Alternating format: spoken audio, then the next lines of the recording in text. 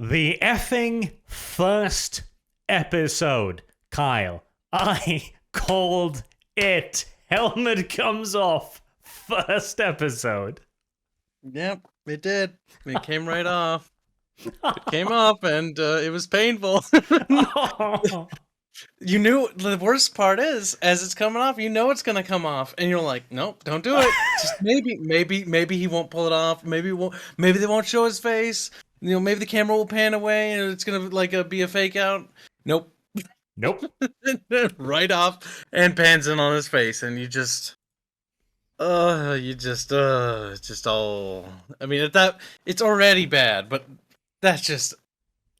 It's like. I don't even know what to call it. It's not like icing on the cake. It's like the opposite. It's the adverse. It's like salt on the cake. See, the thing is, it had to happen. It had to happen because this is not a TV show about Halo. This is how I could call this the moment I heard about the show. He's taking off his helmet in the first episode. That was my initial reaction to this because this is not a tale of Master Chief. This is the tale of Pablo Schreiber, the person acting as Master Chief. And notice as well, during the last segment there, where he's surrounded, they're in the ship, they're about to take off and flee, then they touch the MacGuffins, he never takes his helmet back on again. Not even after they crash into the floor.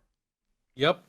After he reveals his helmet to his sidekick character, who he's defected from the UNSC from, mind you. Oh, God. See, we're talking a lot about the last segment of the show, and it hurts the most because at the beginning's just kind of bad, right? It's just kind of like cheap sci-fi, and then you get to the last half, and it really is like, oh, by the way, we hate Halo and we hate you, and they just go ham, and they don't stop. It's like we have a character here, sidekick character. I'm here to undermine the plot because fuck you. She's there to poke holes in the Halo story. The keys have been, they literally turned them into black characters. They blackwashed them. Oh, it's just like you can see all the little things that they are doing. And the worst part is, right, you notice subtle nuances like with the guns, the equipment. Some of it's actually spot, but fuck. Like, it's just not good. And the last part of the episode 1 was painful to watch, like genuinely painful. And here's the thing, right? So let's rewind it to the beginning of the show, okay? Yep. It starts with a bunch of filthy-ass rebels, like the clicheist bunch of filthy-ass rebels. All of them are dirty, universally dirty. They're all incredibly diverse, hardly a white man amongst them, and they're armed with AKs and Remington shotguns.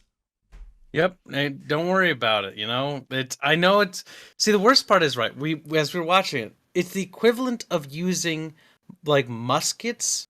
Like, it'd be like the equivalent of using muskets now in a modern day situation. Like, you wouldn't use them. Because this is like hundreds of years. This is 2552, I believe, is what the show said when it started. It's been 500 years, right? You're telling me we haven't come up with a better gun in 500 years? Like, shut up, show. Shut up.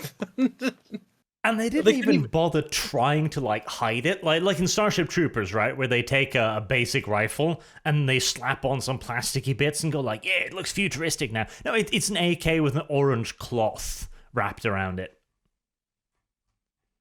Yep, and the orange cloth is wrapped around it not to make it look different, to make it look rugged because they're the rebels. They're the insurrectionists, right? Which, rebels. The insurrectionists being in the series isn't something out of the ordinary. I mean, we saw them in Halo Reach in the video game. And even there, they were just like normal civilians. They didn't look rugged and worn down. Here it was like, we're the rebel base out in the middle of Hoth. I mean, the desert planet. Whatever, same thing. Hydrogen planet.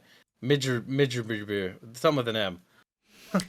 And this is just the beginning of a long sequence of relentless cliches. When the actual main character of the show is introduced, Quan, everyone, like, we were watching it. Three of us were watching this. Each one of us was like, yep, that's the main character. Right there. That's the main character. And after that, we call pretty much every plot point out in real time. She's playing in the fort like she's the headstrong daughter of the general, always doing whatever she wants to do, and she's totally gonna leave this backwater planet one day with her friends out in the forest. 5 seconds later, they're all dead. They're all getting shot at. She's the only survivor who runs back like 500 meters across completely open flat ground with 20 elites chasing her. None of which bother taking a shot. This is all done off screen, so we just have to assume they're like, hey, should we shoot that one? Nah. Can't you see she's a camera behind her? She also managed to close the distance, because when she's like running, right, the rebel settlement is like just on the horizon, a little speck, like, you know, she's running that whole way, and you're telling me the elites can't catch up to her? It's not like they're worried about being spotted or noticed at this point, because they go full-on assault on the rebel installation, too. Yep. The rebels have built themselves a scrap fortress, all rusted metal and garbage. They don't bother defending the walls, of course, because that'd be counterproductive. Instead, they just set up inside of the settlement, waiting for the gate to be broken open. Luckily, the elites oblige and blow open the walls and suck up all of the firepower, like 20 dudes with AKs, 2 big old rotary machine guns, none of which do a damn thing. And then Master Chief appears, and suddenly bullets work really well against elite shields. Yep, and he also uses the same heavy gun emplacements that the rebels had used when his gun runs out of ammo or something like that. And all of a sudden, it goes right through their shields. Like, weird. Oh, I do want to comment on the fact that I thought the elite designs are atrocious. They're very sterile, in my opinion. Oh, they're not good. The CG also felt cheap, didn't it? Like, it feels really cheap in this show. The CG, to me, varies greatly. Like, I actually want to say a little bit of praise about some of it. Like, the practical effects I actually quite liked. The look of the suits themselves when worn by the actors and non-CGI, they look pretty damn good. The weapons don't stand up to point-blank scrutiny, but it's good enough. But every time the CGI comes on, it's a coin toss. Either it's going to look pretty good, or it's going to look really phoned in. Yeah, I definitely agree. I think a lot of the physical set pieces were actually good when they actually put effort into them, ignoring the rebels. But I thought the CG was when they started blasting the rebels apart and stuff, and like they were doing like limbs and blood and gore and stuff, which was nice that they were willing to do the whole blood and gore stuff. It felt really bad. Like when plasma bolts hit people, like they just sort of like poofs of smoke, and then there were little giblets. See, the thing is, I think that's a bit of a trick too, though, because our initial reaction is like, oh, look, it's a really, like, brutal, gritty-ass show. Is it, though? Like, everyone who died here was inconsequential rebel scum that we knew nothing of, and they were dressed up just like kill dummies. Like, will the show continue this action-y style, or is this, like, the only time we're gonna see this? Because, again, bearing in mind, at the end of the first episode, Master Chief has basically revolted against the entirety of the UNSC and just flown off. Yep, he revolted against the UNSC because he touched some artifact and it gave him flashbacks to his conditioning, and now he knows, or he's starting to pick up to the fact that, you know, he was abducted from his family. Oh yeah, like the entire first half is just one cliche after the other, and it comes across as if the developers are like, right, we really gotta please those cave-dwelling nerds, okay? We gotta show them we care by giving them some of the weapons they recognize, giving some of the rotary heavy machine guns, etc. And honestly, the first sequence is probably one of the better ones because of this, even though it is laced with cliches. Every cliche you can think of is in there. Oh. Quan hides in a truck, and an elite just slams on the window. Doesn't shoot, just slams on the window, like, ah, ha, ha. Then tries to reach into the truck, can't quite reach her. Her dad gets killed after running at an elite whilst firing his weapon, like, I'll save your daughter. Mind you, the elite was wounded and unarmed. He had a plasma sword, but he was too wounded to actually get to him. So because he was too wounded to get to him, his dad's like, "Well, the script says I gotta die, so I might as well like run at him, I guess." Yep. I know I've got literally an underslung grenade launcher on my AK-47 here, but that'd be playing unfair. I'm gonna run into melee. And then, as you'd expect, he's just dead. I also want to point out the cliches start right off at the minute with the kids in like the woods, and they're like, "Oh yeah, we found some drug plants on a hydrogen heavy planet." Yep. And they have themselves a little toast with it, like, "We're gonna live forever." Oh God, you remember the line when the other kid's like, "Yeah, but like you," she's like, "Oh, I kind of want to go somewhere else," and they're like, "Yeah, but you're not gonna leave because you have us." Yeah. 5 seconds later, they're all dead. You'll never leave us. You'll miss us too much. 15 minutes later, it's like, who were those side characters again? Those irrelevant characters on that planet you were totally from? I don't know anymore. These are my best friends I grew up with my entire life. They're all dead now, that's the beauty to right about them. So all of the rebels die except for the plot relevant character Quan, and she's like 14 or something. Like, she's a child. She doesn't cry once. Like, she's been abducted by some strange person. She's been abducted by a Spartan, who the episode begins with the rebels gathered around the table going like, "Oh, Spartans, they're the devil themselves. They can't be killed. They're shock troopers, elite terrorists." She doesn't care. Like, she doesn't react. She has no emotions whatsoever except being angry and... I don't even know how to describe it. I mean, the first person who shows her some kindness, one of the keys over there, black-faced, she just gets pissed off at her. Like, "How dare you? How dare you try to use me for your propaganda?" Then Sheev comes in and is like, "Hi, can we be friends?" Yeah, it's like a complete 180 flip. Yeah, it's all over the place. It's an actual, like, it's just a mess. It's so incoherent, and it's worse because the administrator's like, "We can't kill civilians, Halsey, that's wrong." And then 5 seconds later, like, "I want to kill the child. I want to kill the child. I want to kill the child." Yes. So the Admiral Margaret Paranguski or whatever, Paranguski. It sounds Indian, probably. I forget her name almost instantly. Yeah, because initially she comes up to Catherine Halsey, and she's like, "Oh my heavens, your Spartans, did they kill all of their insurrectionists? No, they were dead when they came there. Oh, this won't look good on the news. Oh, I'm worried. Did you bring back the survivor? Yes. Oh, good. We must make sure nothing happens to her." 5 minutes later, kill the child. Kill everyone involved. What? The Spartan is disobeying a trivial command? Murder them too. Article 72. She flips completely. And here's the thing. So, Master Chief decides to bring with him the important story character, the main character, Quan, who, of course, begins questioning his morals too. Like, "Did you know you killed my mother? Because we met once before, the plot-relevant thing that happened off screen." That was so random. She just drops that on his plate, and then, like, it's just completely forgotten in the next 5 scenes. Like, "You killed my mom," and then they're like, "Okay, we're not talking about it anymore." It's completely devoid of emotion too. So like, "Hey, dude, did you know you killed my mother?" And it's so like, the show is so lull. It's like so lull random. Like, it's like, oh, little bits of Halo stuff, and yeah, there's a couple sequences where you're like, "Well, that's a nice attention to detail." Like, the Halo fans will respect that. And there's the other parts where it's like, "Man, that's just pissing on Halo fans' face there. Like, what are you doing?" Like, what are you doing? Oh, the part. Oh God, the whole.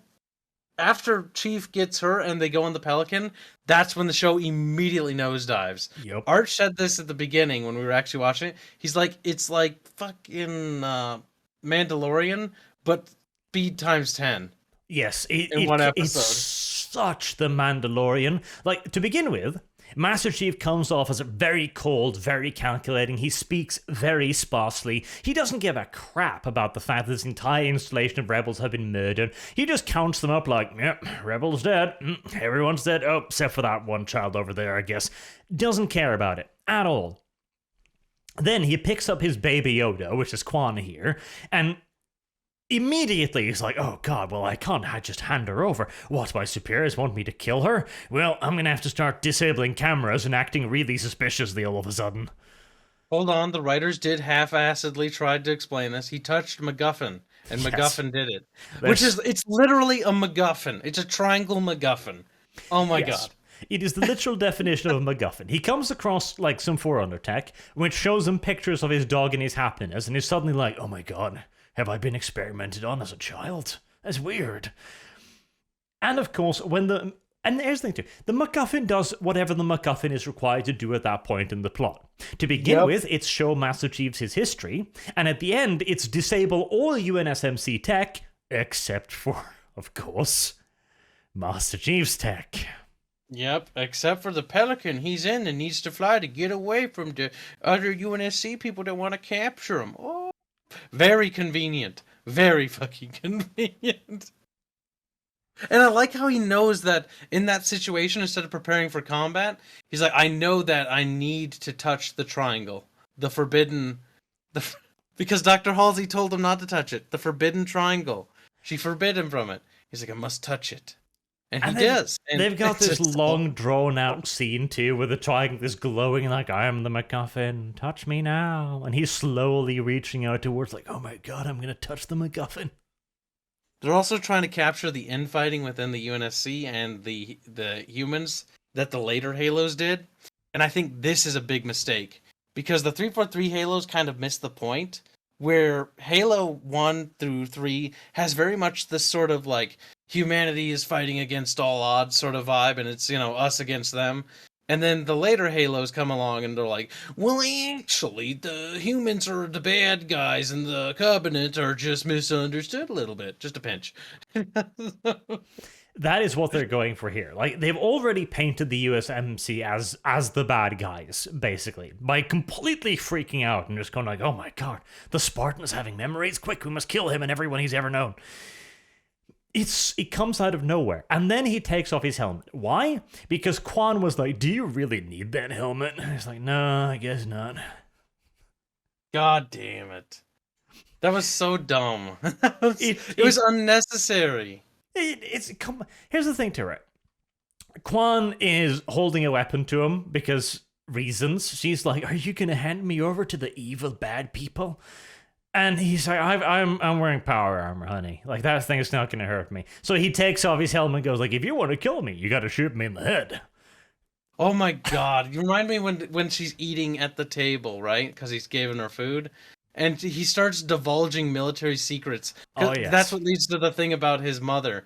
And he's like, I'm going to debate morality and ethics with you and just be really, really bad at it so that your argument looks really, really good.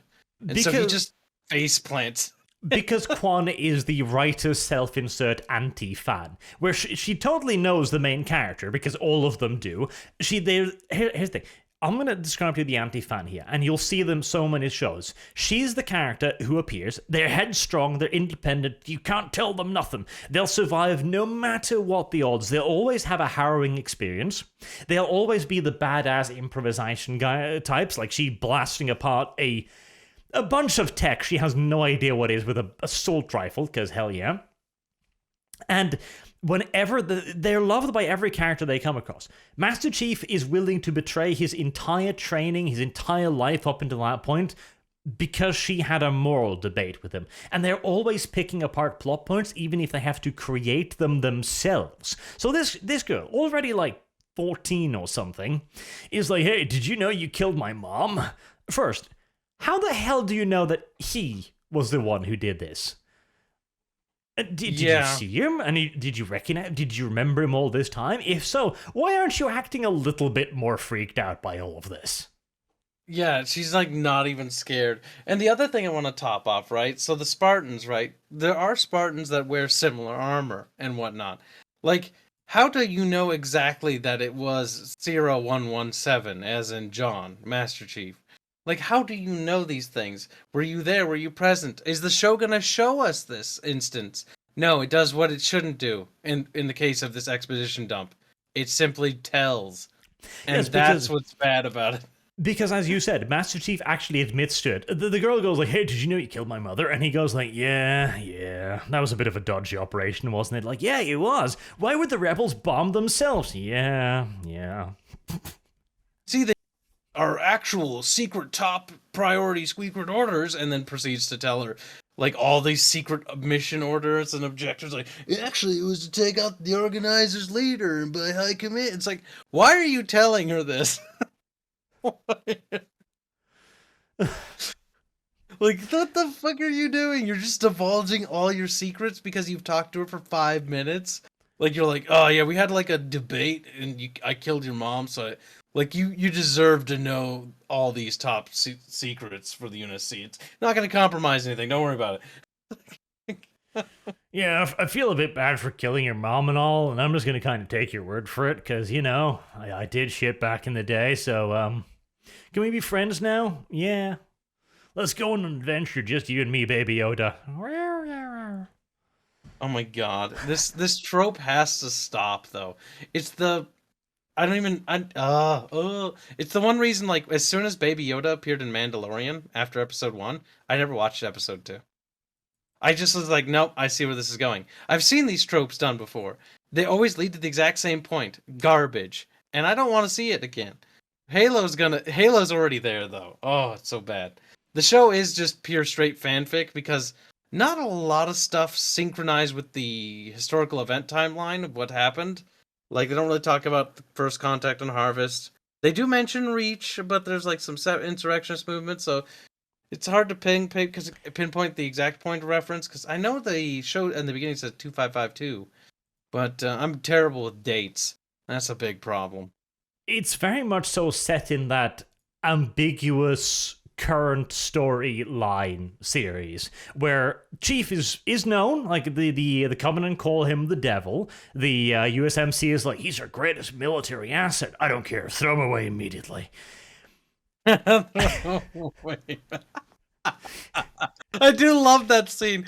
He's like, oh yeah, he's an asset, and she got to keep her safe. 5 seconds later, kill them both now. Are you sure we should make an enemy out of Master Chief because he turned off the camera? Yes, take his air away from him. Shouldn't we ask him a question, or should we at least question him? Like, we still have control of the situation. It's not like she's gonna broadcast her little thing about, oh god, her broadcast thing. I forgot about that. Her village gets fucking massacred, and the UNSC comes down and saves them with the Spartans, right? And so they're like, hey, can you make like a broadcast to help us fight these aliens that massacred your family and friends? She's like, no, I'm not going to do that. I'm going to lie instead. And I'm going to tell you that I'm going to lie. I'm going to lie about it and say that you killed them because I don't like you. It's like, what the fuck? It comes across as such a stupid, like, you bad fascist woman scene where she's just like, she knows the Covenant killed her people. She knows the USMC was not at fault here. In fact, they had sent a troop to rescue her. There's no indication that they were delayed just for shits and giggles or anything. Yes, she's, I can't trust you. I lie on the cameras for you. Meh. Why, child, why? Not to mention, shouldn't you be in catatonic panic right now, in a corner, huffing and puffing, crying your eyes out or something, because everyone you've ever known has been slaughtered in front of you. In fact, their blood is still covering your face. Like, your best friend's guts are still drappled on your skin. And she just skips all over that. Like, there's no emotional phase whatsoever. All of those side characters die for no reason. Yeah. I do like how when she's like eating food and just talking about, war crimes with the chief, she's still got the blood all over her face from her dead friends. She is such a soulless, dead little character. It's almost incredible. Oh, one, please right-click delete yourself now from the script. Oh, terrible. She is bad. Like, she is single-handedly dragged down Chief's character in like the moment she started interacting with him. Oh, and of course we can't forget the Covenant has a human now. Oh, that's bad. Yes, the Covenant, the race that wants to wipe out humanity because its very existence threatens its and undermines its religion because we can interact with Forerunner tech. They're alleged like gods, or that they're trying to obey and follow to ascend by killing themselves, but they don't think they're killing themselves on the great journey. Yeah, they have a human working among them, and don't worry, she knows Mercy, another insert character, and she was reading a book about human stuff, and Mercy shows up and is like, maybe you'll tell me about the books, so I can learn the secrets of the enemy. And she's like, I'm not gonna do it, because she's gonna have a turn from evil to good. Yep. The entire scene is It's just already that. telegrammed. Like, she's holding the book and she's clutching it dearly, like, oh, but I'm just doing it because I want to learn the secrets you see in this book of poems. I just want to cling to humanity. She's like, because I'm human. And he's like, Miss Mercy, tell Mercy the secret of humanity. I swear to God.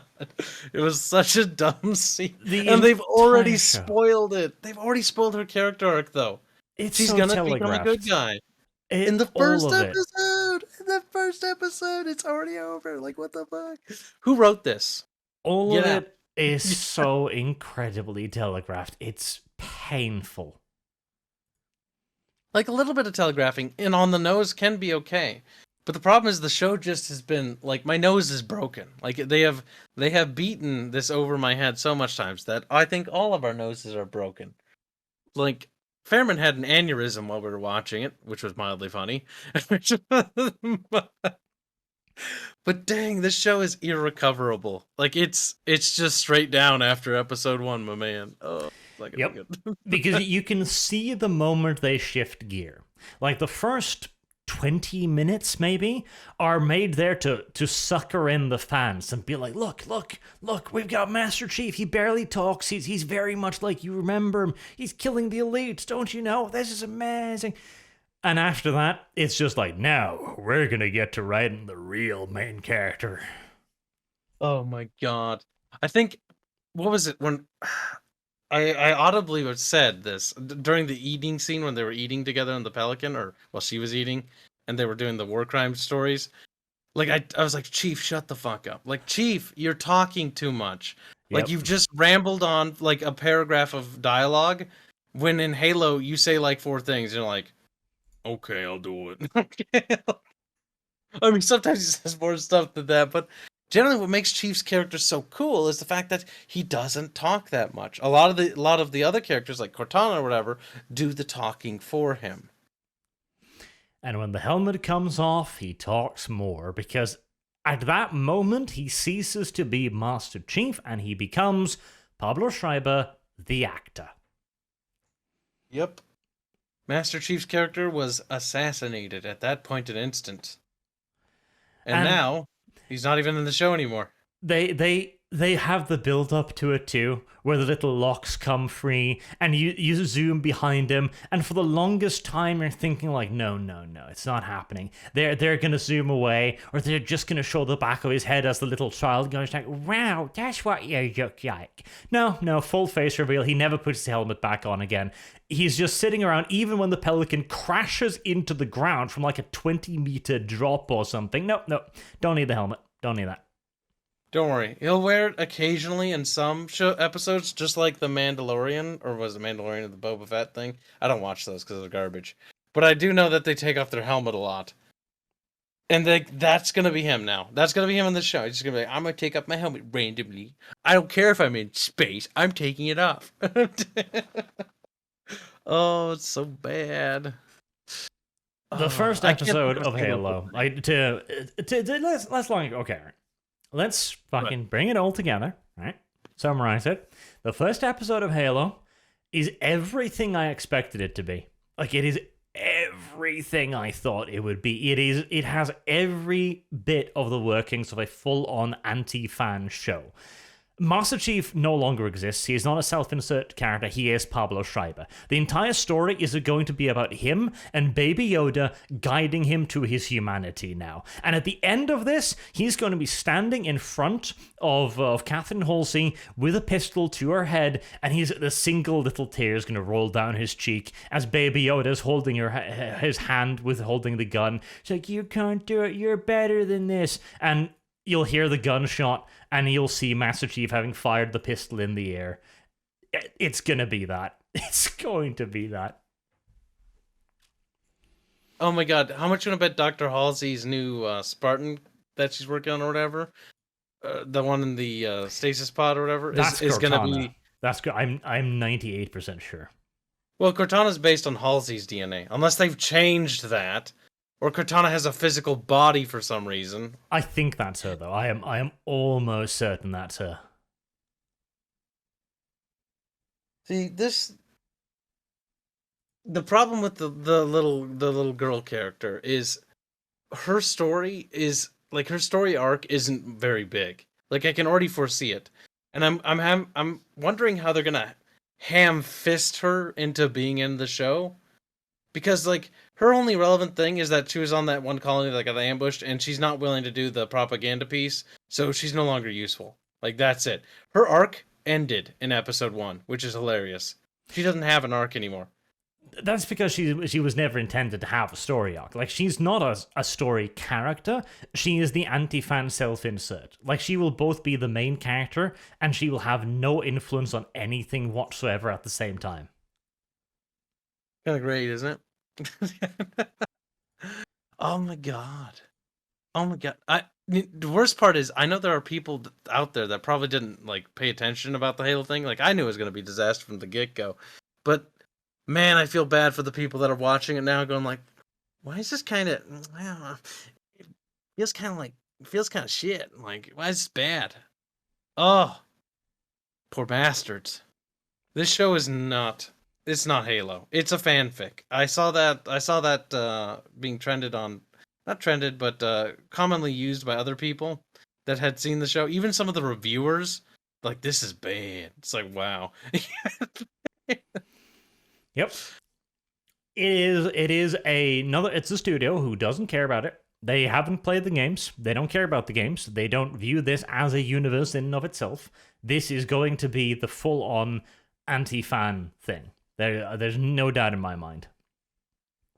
Yep, what we have on our hands is another Star Trek Picard, another Star Trek Discovery, an anti-fan show that does not respect what came before and sort of just takes the dump on it as it exists because it's somebody who finally has the reins of power who doesn't like that thing and is like, I want to change, I want it to be my way or the highway, you know?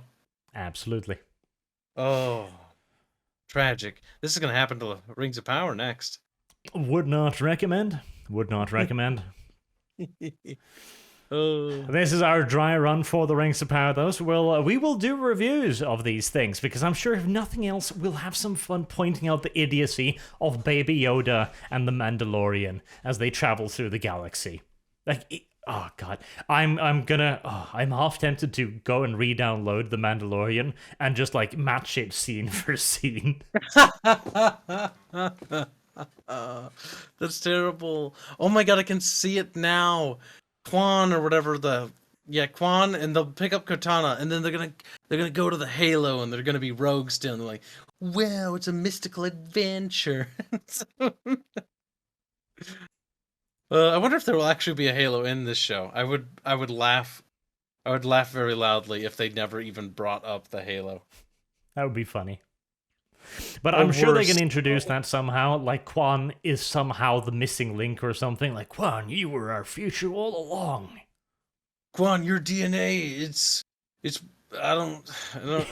You're basically I try to come up with the logic. Your base Forerunners are really hideous though, because they retconned Forerunners in the lore because the new lore is trash. Oh, they're like herpy space monkeys. I don't even know. They have like weird faces. They don't look right. They look sick. Her face was a little weird too. That's fair. Oh, her haircut though. Oh, we haven't talked about that. Oh, the helmet. She wears a little hat, but it's her hair. It's weird. The latest in Korean fashion, as I understand it. Man, that hairdo. That's not doing it. That's not good character design. That was not good. Every time I look at it, I'm like, is she like wearing a hat? Is she bald? Well, no, that's just par for the course. That is par for the course, because the person who plays her is not at all an unattractive character or a female. Like she's a hot woman. You can't have that. You cannot have that. We need you to shave your hair and wear a really, really, really bad haircut. Yep. Like this is really bad. Like people Yep. are gonna look at this and they'll be like, Why did you cut your hair like that? That's just weird. That's just weird. Oh, but anyways. Episode 1, Halo. It was everything we expected it to be, and half of me is excited to see where they're going to take it from here, because, man, there is no story. No story exists at this point. No Halo story exists. We are now just going to watch the journey of the Mandalorian and Baby Yoda as the Mandalorian discovers his humanity. And eventually Baby Yoda will be taken away by the Luke Skywalker of this universe. Probably the Forerunners, who just show up or something, going like, child, we forgot about you. Meh. We I swear to might be God. extinct, but we came back just to get this child out Don't of you see? extinction. She's very special. Look at her ridiculous hairdo. Yes, that's how you can tell she's Forerunner. Only a Forerunner would have a hairstyle as ridiculous as this. Is that what? Did you think she was human? I mean, look at her. Cruel, but not unreasonable. Oh. But, of course, please do let us know what you thought about it also in the comments section down below. It'd be funny hearing everybody else's opinion on this and how you feel about our take on it. Like, I call Kyle a wrong person on many things because he's my lore expert. So if we get anything lore-wise wrong, Kyle, this Lore is on you. expert. Yep. I wanna clarify by saying I read the books in middle school. Okay, It's good enough. like, and it's been a while, and there's a lot of other media now. But I tuned out after 4. Kyle, you played that Halo game that came out recently. You're I hated it. No. Until next time, everyone, I have been Arch, and this has been Kyle. Thank you all very much for watching, and hopefully we'll see you again next week with another Halo review, and of course our usual shows, the podcast and the RP. Till then, have a good day.